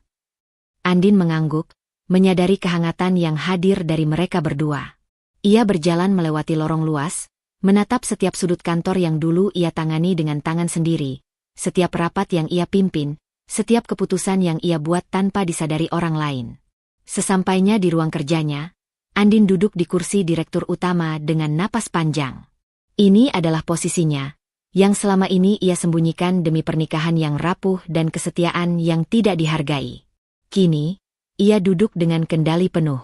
Tak lama, Bimo membuka file di mejanya. "Kami baru saja meneliti beberapa hal terkait proyek baru. Dan, ada kabar mengejutkan." Andin menatapnya, menahan rasa penasaran. "Sepertinya, Maya bukan anak bos," ujar Bimo pelan. "Dia hanya memanfaatkan rumor dan kedekatannya dengan Raka untuk mendapatkan pengaruh." Andin terdiam, matanya menatap jendela.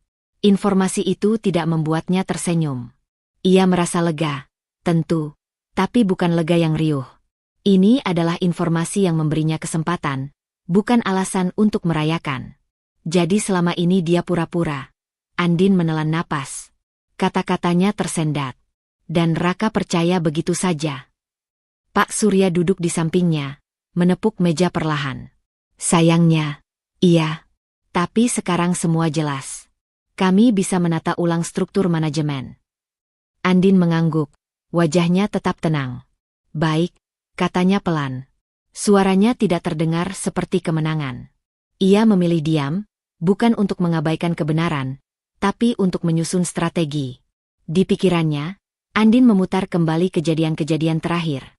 Baju-bajunya di kantong sampah, hinaan Maya, keheningan Raka. Semua itu kini terasa seperti batu yang ia simpan, menunggu waktu untuk melemparkannya dengan tepat. Ia menatap papan visi perusahaan, target yang tertulis besar, angka dan proyek yang menunggu keputusan.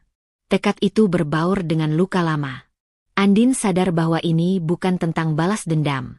Ini tentang menegakkan harga diri, menegakkan martabat yang ia pertahankan sejak awal. "Bu Andin," Bimo menatapnya, ragu-ragu.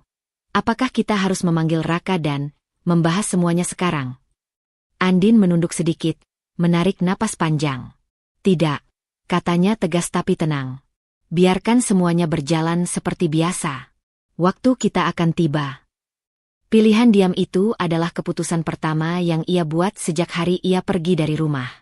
Diam yang strategis, diam yang menuntut kesabaran, diam yang bukan menyerah. Sore hari, Andin berjalan mengelilingi kantor, menyapa karyawan yang dulu sering ia pandang sebagai anak buah, namun kini menatapnya sebagai pemimpin. Tatapan mereka membuat dadanya berdebar. Rasa dihargai yang lama hilang kini kembali, tapi bercampur dengan bayangan rumah yang ia tinggalkan. Di meja kerjanya, Andin membuka map yang selama ini ia simpan rapat di rumah Sari. Dokumen itu berisi laporan keuangan, catatan proyek, dan hal-hal kecil yang ia simpan diam-diam untuk mengawasi jalannya perusahaan. Ia menatapnya lama, tersenyum tipis, lalu menutup map itu. Keputusan besar belum dibuat, tapi jalan itu mulai terlihat. Sore berganti senja. Andin menatap kota dari jendela kantor. Cahaya matahari menembus kaca, menciptakan bayangan panjang di lantai. Ia tahu langkah berikutnya akan sulit, berisiko, dan menyakitkan. Tapi ada satu hal yang ia sadari lebih jelas dari sebelumnya. Ia tidak lagi hidup untuk orang lain. Ia hidup untuk dirinya sendiri, dan waktunya untuk bangkit sudah datang. Dengan tangan sedikit gemetar tapi mantap, Andin menulis catatan kecil di meja kerjanya. Diam sekarang, bersiap bertindak nanti. Itu adalah keputusan kecil yang berisiko. Diamnya bukan pasif, melainkan awal dari perhitungan yang matang. Dan untuk pertama kalinya sejak lama, Andin merasa dirinya benar-benar berada di posisi yang ia pilih sendiri. Pagi itu, Andin duduk di kursi direktur utama dengan pandangan kosong, menatap layar komputer yang menampilkan laporan evaluasi internal. Ruangan sunyi, hanya suara ketukan keyboard dari beberapa asisten yang tersisa terdengar samar. Namun di dalam kepalanya, ribuan angka dan catatan bukan sekadar data. Itu adalah cermin dari rumah yang ia tinggalkan, Raka, dan semua kepalsuan yang membayanginya. Bimo duduk di sampingnya, menatap laporan dengan serius. Bu, beberapa nama muncul di daftar bermasalah. Termasuk Raka, katanya pelan. Wajah Bimo tegang, jelas ia ragu ingin menyampaikan kabar buruk ini. Andin menatap layar lebih dekat, membaca nama suaminya dengan perlahan. Detak jantungnya meningkat, tapi wajahnya tetap tenang. Ini bukan kabar mengejutkan, bukan karena ia tidak tahu, tapi karena dampaknya bisa meluas lebih dari yang Raka bayangkan. Bimo, catatan ini berdasarkan evaluasi apa? Tanyanya lembut, menahan nada emosi yang nyaris muncul. Evaluasi keuangan dan proyek. Ada beberapa keputusan investasi yang meragukan, beberapa dokumen tidak lengkap, dan laporan audit terakhir tidak sesuai standar, jelas Bimo. Kalau kita lanjut, posisi Raka bisa dipertanyakan oleh Dewan. Andin menunduk, menatap tangannya sendiri di atas meja. Bayangan rumah yang ia tinggalkan, hinaan Maya, dan baju-bajunya di kantong sampah muncul kembali. Ada dorongan batin yang membisikkan, sekarang giliranmu. Tapi ada suara lain yang lebih lembut. Apakah ini soal balas dendam atau keadilan? Sementara itu, di sisi lain kota, Maya duduk di mejanya, ponsel di tangan, wajahnya pucat. Telepon dari beberapa klien masuk dengan nada panik. Rumor tentang dirinya dan Raka mulai terbuka, dan status palsunya sebagai anak bos mulai diragukan oleh orang-orang yang dulu ia manipulasi. Andin, dia kembali ke kantor. Suara salah satu asistennya terdengar gemetar. Maya menelan ludah. Iya, jawabnya pelan. Suaranya nyaris bergetar. Dan aku nggak tahu apa yang ia rencanakan. Kita harus bersiap. Paniknya jelas. Semua yang ia bangun dengan pura-pura dan tipu muslihat bisa runtuh dalam hitungan hari. Ia menatap layar komputer, membaca laporan evaluasi yang kini juga menyertakan beberapa proyek yang pernah ia pengaruhi melalui Raka. Di kantor, Andin berjalan melewati ruang rapat, menatap setiap orang yang ia kenal. Ada rasa lega karena beberapa staf senior masih setia, tapi juga tekanan yang menuntutnya tetap berhati-hati. Ia tahu bahwa satu keputusan yang salah bisa memutarbalikkan segala sesuatunya.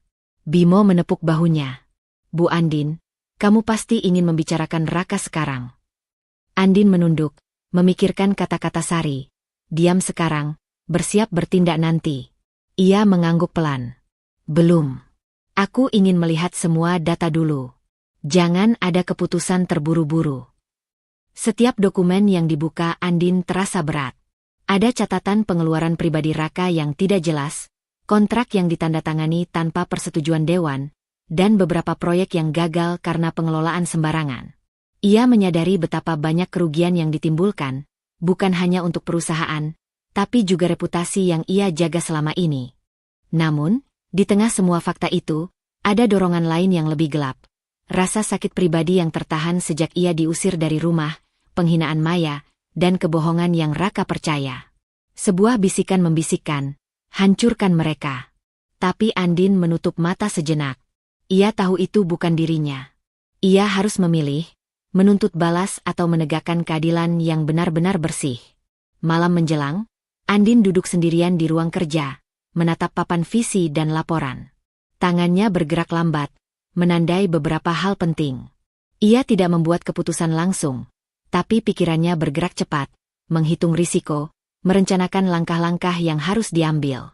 Bimo menatapnya, tersenyum tipis. Aku selalu kagum, Bu. Tetap tenang, tapi penuh perhitungan. Andin menunduk, menatap dokumen yang tersisa. Dalam diam, ia membuat keputusan kecil namun berisiko. Aku akan menunggu waktu yang tepat.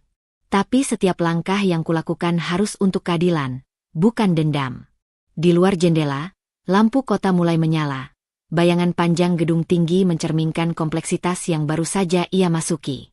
Dan untuk pertama kalinya sejak lama, Andin merasa ada kendali kembali di tangannya. Sekalipun tekanan batin itu berat, menyayat, dan membuatnya harus tetap diam sementara dunia di sekitarnya mulai goyah. Pagi itu, Andin memasuki ruang kerjanya dengan langkah yang mantap, menyalakan lampu dan komputer sebelum menyeduh kopi hitam. Suasana sunyi, tapi ada getaran di udara. Bimo sudah menunggu dengan map tebal di tangannya. Andin menatapnya sekilas, tahu bahwa hari ini adalah titik balik dari semua strategi yang ia susun sejak kembali ke kantor. Bu Andin, kata Bimo pelan, meletakkan map di meja. Ini semua yang kami kumpulkan. Dokumen internal, email, bukti manipulasi Raka, dan catatan terkait peran Maya. Andin menatap map itu lama, menarik napas. Setiap lembar yang ia buka adalah rekaman dari penghinaan dan kebohongan yang dulu ia alami. Raka yang percaya pada tipu muslihat Maya, dokumen-dokumen yang sengaja diselewengkan, proyek yang gagal akibat keputusan sepihak, hingga percobaan memanipulasi Dewan. Bukti itu tumpuk rapi, seperti pengingat bahwa apa yang ia tahan selama ini bukan sekadar sakit hati pribadi, tapi pelanggaran nyata. Jadi ini semua nyata? Tanyanya. Suaranya rendah tapi tidak bergetar. Bimo mengangguk. Semua diverifikasi. Tidak ada yang dilebih-lebihkan. Andin menutup mata sejenak. Ada bisikan kecil yang memanggil, balas dendam sekarang. Tapi ia menahan diri. Ia sudah belajar dari luka lama. Keadilan yang benar tidak butuh amarah. Ia membuka map kembali, membaca dengan cermat, memeriksa setiap catatan.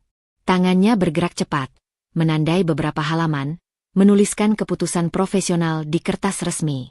Ia menandatangani satu demi satu, tanpa menoleh pada perasaan pribadi yang menggelegak di dada. Bimo menatap Andin dengan kagum. Kamu, tenang sekali, Bu. Seolah ini bukan tentang Raka dan Maya, tapi perusahaan. Anda harus ingat, jawab Andin datar, menandatangani halaman terakhir. Keputusan ini bukan balas dendam. Ini prosedur profesional. Semua konsekuensi harus berdasarkan fakta, bukan emosi. Bimo menutup map itu dan menaruhnya di lemari khusus. Semua sudah siap untuk diserahkan ke Dewan. Mereka akan menindaklanjuti sesuai regulasi. Andin menunduk, menatap tangannya sendiri di atas meja. Rasanya aneh, tenang tapi berat. Ia sudah melewati hari-hari terburuk hidupnya, dan kini, ia memegang kendali tanpa harus menjerit atau memaki. Kesabaran dan strategi membawanya ke titik ini. Sore hari, staf mulai merasakan perubahan. Beberapa manajer senior menerima keputusan resmi mengenai audit internal. Nama Raka muncul dalam daftar masalah yang harus ditindaklanjuti. Ada bisik-bisik di ruang-ruang kerja, tetapi Andin tetap duduk di kursi direktur utama. Matanya menatap layar, wajahnya tidak menunjukkan kegembiraan atau kebencian. Hanya fokus. Di sisi lain kota, Maya mulai panik.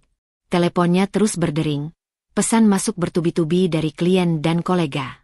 Status palsunya sebagai anak bos mulai retak, dan laporan audit internal perusahaan mengancam reputasi yang ia bangun dengan tipu muslihat. Andin, aku harus bicara dengannya. Gumam Maya di depan cermin, merapikan rambut. Matanya panik tapi memaksa terlihat tenang. Kalau ini sampai ke Dewan, semuanya akan hancur. Maya tidak menyadari bahwa Andin tidak berniat terlibat dalam drama personal. Diamnya Andin kini adalah strategi. Diam yang menunggu waktu yang tepat, bukan kebingungan atau ketakutan. Di ruang kerja Andin, malam mulai merayap masuk. Cahaya lampu neon menciptakan bayangan panjang di lantai, seolah menegaskan kompleksitas keputusan yang baru saja ia ambil. Tangannya masih menempel di map yang sudah ditutup rapat. Ia menarik napas panjang, merasakan tekanan batin yang tak hilang meski keputusan profesional telah dibuat. Andin menyadari satu hal, langkah berikutnya akan menentukan bukan hanya nasib Raka dan Maya, tetapi juga harga diri dan identitasnya sendiri. Ia harus menunggu konsekuensi berjalan, menyusun strategi selanjutnya, dan tetap menjaga ketenangan. Sebelum menutup lampu, Andin menulis catatan kecil di buku pribadinya. Langkah pertama sudah diambil. Sekarang waktunya melihat bagaimana konsekuensi bergerak. Jangan biarkan emosi mengambil alih. Ia menatap kota dari jendela ruang kerjanya. Lampu-lampu gedung tinggi berkilau, seolah menantang. Di dalam dada Andin, ada rasa lega yang berat bercampur dengan ketegangan baru, tekanan batin yang menuntut ia tetap waspada, tetap sabar, dan tetap memegang kendali sepenuhnya. Malam itu, ia mematikan lampu. Keputusan profesional telah diambil, konsekuensi mulai bergerak, tapi Andin tahu, pertarungan sebenarnya belum selesai. Dan untuk pertama kalinya, ia merasa benar-benar siap menghadapi semuanya tanpa kehilangan dirinya. Pagi itu, suasana di kantor pusat terasa berbeda. Udara seolah menegang, meski para staf mencoba tetap tenang. Raka dipanggil secara mendadak ke ruang direktur utama tanpa penjelasan, dan langkahnya yang tergesa-gesa bergetar samar. Ia yakin ini hanya formalitas, namun ada naluri aneh yang membuat dadanya sesak, sebuah firasat yang tak ia mengerti sepenuhnya. Begitu pintu terbuka, Raka terhenti di ambang. Di hadapannya, duduk Andin, wajahnya tenang, mata menatap pintu seakan menantikan kedatangannya.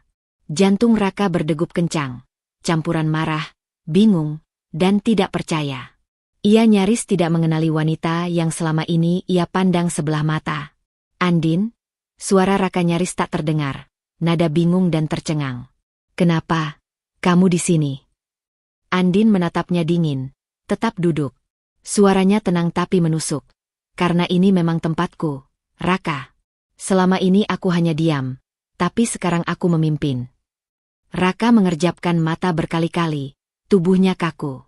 Kamu dirut sekarang, katanya, suara tercekat, seperti mencoba memahami kenyataan yang nyaris mustahil bagi egonya. Andin mengangguk pelan. Ya, dan posisi ini bukan hadiah atau warisan. Aku yang membangunnya. Semua keputusan ada di tanganku sekarang. Raka mundur selangkah, menelan ludah. Keringat mulai muncul di pelipisnya. Ego dan kesombongannya perlahan runtuh. Ia mengingat hinaan-hinaan yang ia lemparkan, kebohongan Maya yang ia percayai begitu saja, dan pengkhianatan kecil yang selama ini ia abaikan.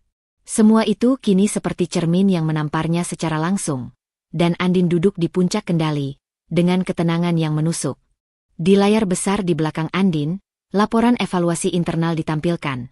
Keputusan-keputusan Raka yang merugikan perusahaan, dokumen yang dimanipulasi Maya, dan proyek yang gagal karena ketidakprofesionalan mereka.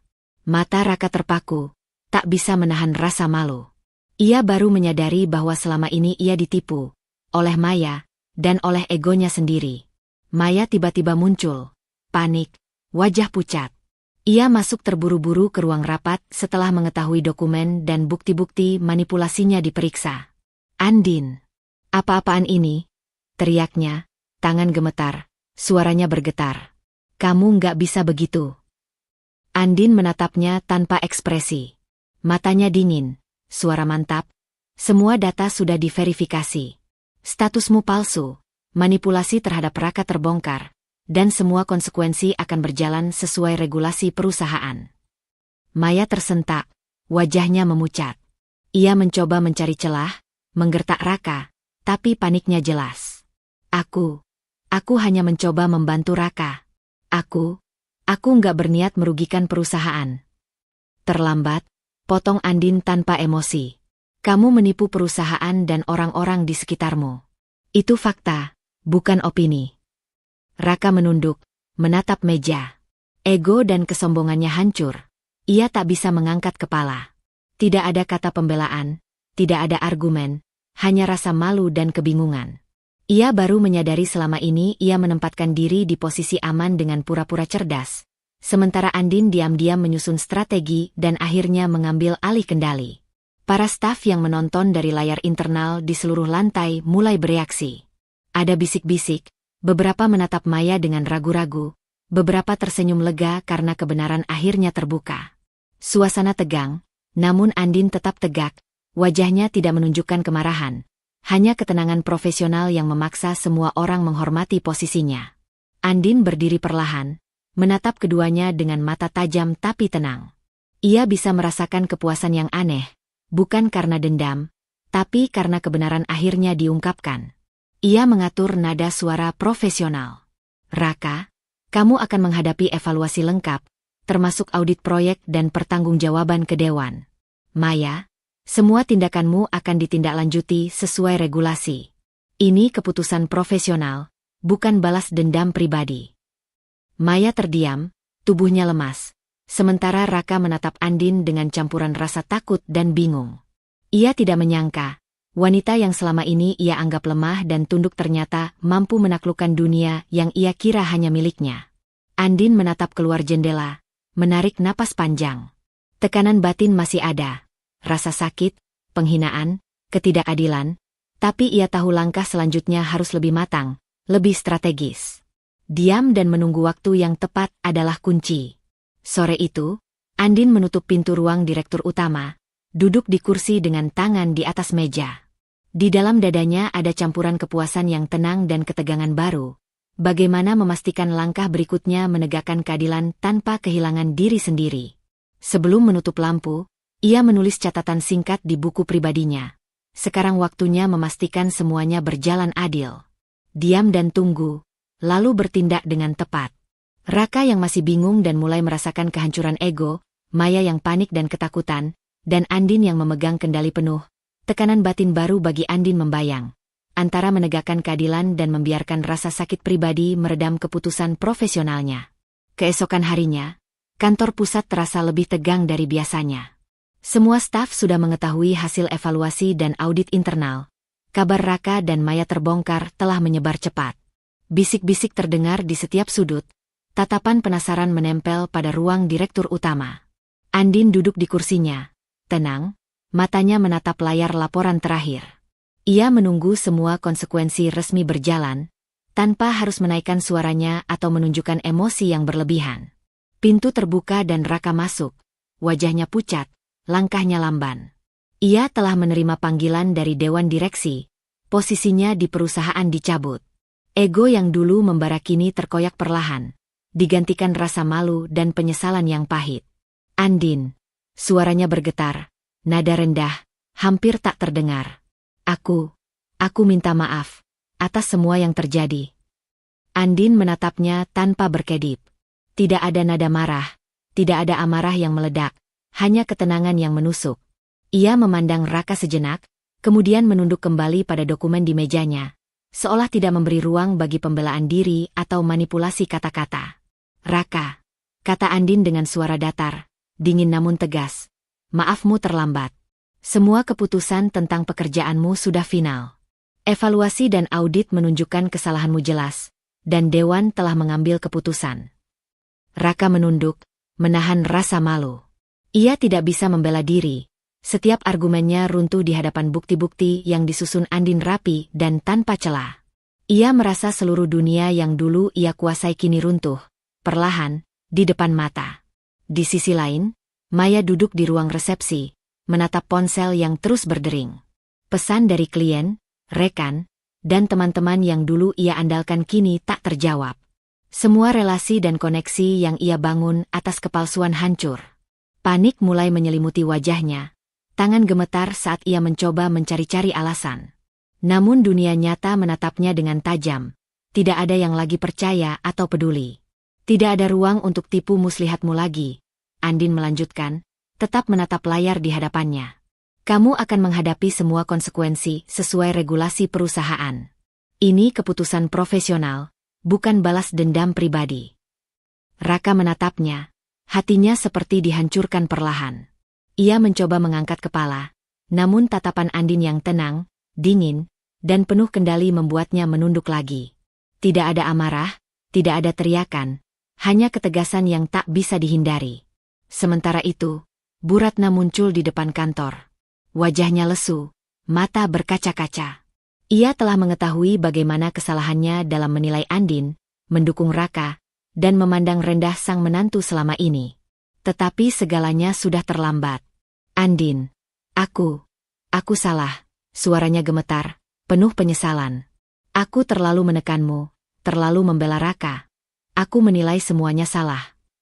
Andin menatap Bu Ratna sejenak, matanya menenangkan tapi tidak hangat. Ia menghela napas pelan. Bu, penyesalanmu terlalu terlambat. Aku sudah mengambil keputusan sesuai prinsip dan keadilan, bukan karena pengaruh siapapun. Semua tanggung jawab ada pada mereka yang salah. Bu Ratna menunduk. Tidak ada kata lagi yang bisa menebus masa lalu. Ia sadar bahwa luka yang ia buat tidak bisa dihapus begitu saja, tidak dengan penyesalan di saat yang salah. Di ruang tengah kantor, beberapa staf mulai berkumpul, menatap Raka dan Maya. Ada rasa lega yang samar karena keadilan profesional ditegakkan, sekaligus ketegangan karena Andin, yang dulu dianggap lemah dan tunduk, kini berdiri sebagai pemimpin yang tak bisa diganggu. Andin menatap mereka sekilas, lalu kembali pada layar di mejanya, memastikan semua proses berjalan lancar dan sesuai aturan. Raka akhirnya meninggalkan ruangan, langkahnya lamban, wajahnya pucat, ego hancur, harga diri remuk. Ia sadar, bukan hanya pekerjaan yang hilang, tapi juga kepercayaan orang-orang di sekitarnya. Maya, yang mengikuti di belakang, terhuyung-huyung. Dunia yang ia bangun atas kebohongan runtuh, meninggalkannya sendirian dan tak berdaya. Andin menutup dokumen terakhir, menarik napas panjang. Tekanan batin yang ia rasakan bukan karena kemenangan, tapi karena kesadaran bahwa langkah selanjutnya harus hati-hati. Meskipun Raka dan Maya sudah menerima konsekuensi, ia tahu, ada tekanan baru yang datang dari tanggung jawabnya sebagai pemimpin, dari luka batin yang masih membekas, dan dari keputusan-keputusan kecil yang akan menentukan arah hidupnya sendiri. Malam itu, Andin duduk di kursi direktur utama, menatap lampu kota dari jendela. Ia menulis catatan di buku pribadinya. Langkah besar sudah diambil. Mereka menerima konsekuensi. Sekarang waktunya menjaga diri, perusahaan, dan harga diri tanpa kehilangan prinsip. Diam, waspada, dan bertindak tepat. Raka kehilangan pekerjaan, Maya kehilangan semua relasi, Bu Ratna menyesal tetapi terlambat, dan Andin menegaskan kendali penuh dengan dingin dan tegas. Tekanan batin baru muncul. Bagaimana melangkah maju tanpa membiarkan luka pribadi memengaruhi keputusan profesionalnya. Pagi itu, udara di kota terasa segar. Tapi bagi Raka dan Maya, dunia seolah runtuh sepenuhnya. Setelah keputusan dewan dan audit resmi, Raka kehilangan pekerjaan, reputasi, dan semua aset yang ia banggakan. Maya, yang selama ini hidup dari kebohongan dan rumor palsu, kini ditinggalkan semua relasi sosial dan profesional. Mereka duduk di bangku taman kota, wajah pucat, tubuh lemas. Semua yang dulu mereka miliki, kekayaan, pengaruh, bahkan rumah nyaman, hilang begitu saja. Mereka tidak tahu harus kemana. Rumah mereka disita karena utang, mobil-mobil mewah dilelang untuk menutup kerugian perusahaan, dan semua koneksi Maya hancur saat kebohongan statusnya terbongkar. Raka menunduk, menahan rasa malu, menyadari ego dan kesombongannya kini runtuh. Maya menangis pelan, menyesali segala tipu daya dan pengkhianatan yang dulu ia lakukan. Dunia yang mereka kejar dengan penuh ambisi dan nafsu kini telah menghilang, dan mereka berdiri di tepi kehampaan, terpaksa menerima kenyataan pahit. Mereka menjadi gelandangan, hidup dari tumpangan dan belas kasihan orang lain. Sementara itu, Andin duduk di ruang direktur utama, menatap kota dari jendela. Tidak ada kemarahan, tidak ada dendam. Ia menarik napas panjang, merasakan kelegaan yang lahir dari menyelesaikan semua masalah secara adil. Semua yang Raka dan Maya dapatkan hanyalah konsekuensi logis dari tindakan mereka sendiri. Ia menutup laporan terakhir di mejanya, matanya menyiratkan ketenangan yang dalam. Sari masuk, wajahnya tenang tapi penuh perhatian. Andin, semuanya telah berjalan sesuai keputusanmu. Dewan menghormati integritasmu, staf menghargai keputusanmu. Raka dan Maya, mereka menerima konsekuensi sepenuhnya. Andin mengangguk pelan. Aku tidak ingin membalas dendam. Aku hanya menegakkan keadilan. Sekarang yang tersisa hanyalah memastikan aku sendiri tidak kehilangan diri. Ia menoleh ke jendela lagi, melihat lampu kota yang bergerak lambat, dan merasakan kedamaian yang tak pernah ia rasakan sebelumnya. Di sisi lain kota, Raka dan Maya duduk di trotoar dekat stasiun. Tenda-tenda seadanya, tas lusuh, dan perut kosong adalah teman mereka kini. Raka menggigil, menahan rasa malu, sementara Maya berusaha menenangkan dirinya sendiri. Mereka berdua tahu, tidak ada lagi yang bisa mereka andalkan selain satu sama lain. Dan bahkan itu terasa pahit karena hubungan mereka selama ini dibangun di atas kebohongan dan keserakahan. Mereka mencoba mencari tempat untuk tidur, menumpang di ruang publik atau tempat tidur umum. Setiap langkah terasa berat, setiap napas terasa getir. Dunia yang dulu penuh kemewahan kini hanyalah kenangan yang menyakitkan. Raka menatap Maya, suara serak, "Ini semua salah kita sendiri." Maya menunduk, air mata menetes di pipi. "Ya, kita menipu, kita menindas orang lain, dan sekarang kita membayar harga yang pantas. Hidup kita hancur." Sementara itu, Andin melangkah keluar dari kantor dengan mantap. Langkahnya ringan tapi penuh keyakinan. Tidak ada dendam di wajahnya, hanya ketenangan dan kebijaksanaan. Ia tahu, hidupnya sekarang bukan lagi tentang menjadi istri siapapun, atau mengikuti ego orang lain. Ia adalah Andin, manusia utuh, yang memilih nilai, integritas, dan jujur pada dirinya sendiri. Di kafe dekat kantornya, Andin duduk menulis rencana kerja baru. Setiap kata yang ia tulis menguatkan dirinya. Proyek baru, strategi bisnis, dan langkah-langkah untuk membangun perusahaan lebih transparan. Ia tersenyum tipis, melihat keluar jendela. Orang-orang bergerak cepat, sibuk dengan kehidupan masing-masing, tapi ia merasa damai karena kini ia berjalan di jalannya sendiri, bukan jalur yang ditentukan oleh ambisi Raka atau tipu daya Maya. Malam itu, Andin pulang ke rumah sederhana yang kini terasa damai. Duduk di sofa, ia menatap foto lama saat menikah dengan Raka, tersenyum tipis. Ada sedikit kesedihan karena masa lalu, tapi itu bukan rasa sakit yang mengekang. Ia tahu masa lalu sudah berakhir, dan masa depan menunggu dengan semua kemungkinan yang ia tentukan sendiri. Andin berdiri di jendela, menatap kota malam, jantungnya tenang. Tekanan batin baru muncul, bukan dari rasa sakit atau dendam, tapi dari tanggung jawab atas hidup dan keputusan yang diambil. Dunia telah berubah, Raka dan Maya menjadi gelandangan karena keserakahan dan tipu daya mereka, sedangkan Andin melangkah maju, martabat utuh, integritas terjaga, dan siap menghadapi hidup baru sebagai manusia penuh nilai, bukan sebagai istri siapapun. Hidup baru telah dimulai, dan Andin melangkah sepenuhnya dengan kebebasan yang ia raih dari perjuangan panjang, bukan dari orang lain, tapi dari kekuatan batin sendiri. Hidup mengajarkan kita bahwa integritas dan kejujuran adalah fondasi yang tak tergantikan. Keserakahan, kebohongan, dan menginjak harga diri orang lain mungkin memberi keuntungan sementara, tapi konsekuensinya akan datang pada waktunya. Seperti Andin, berdamailah dengan masa lalu.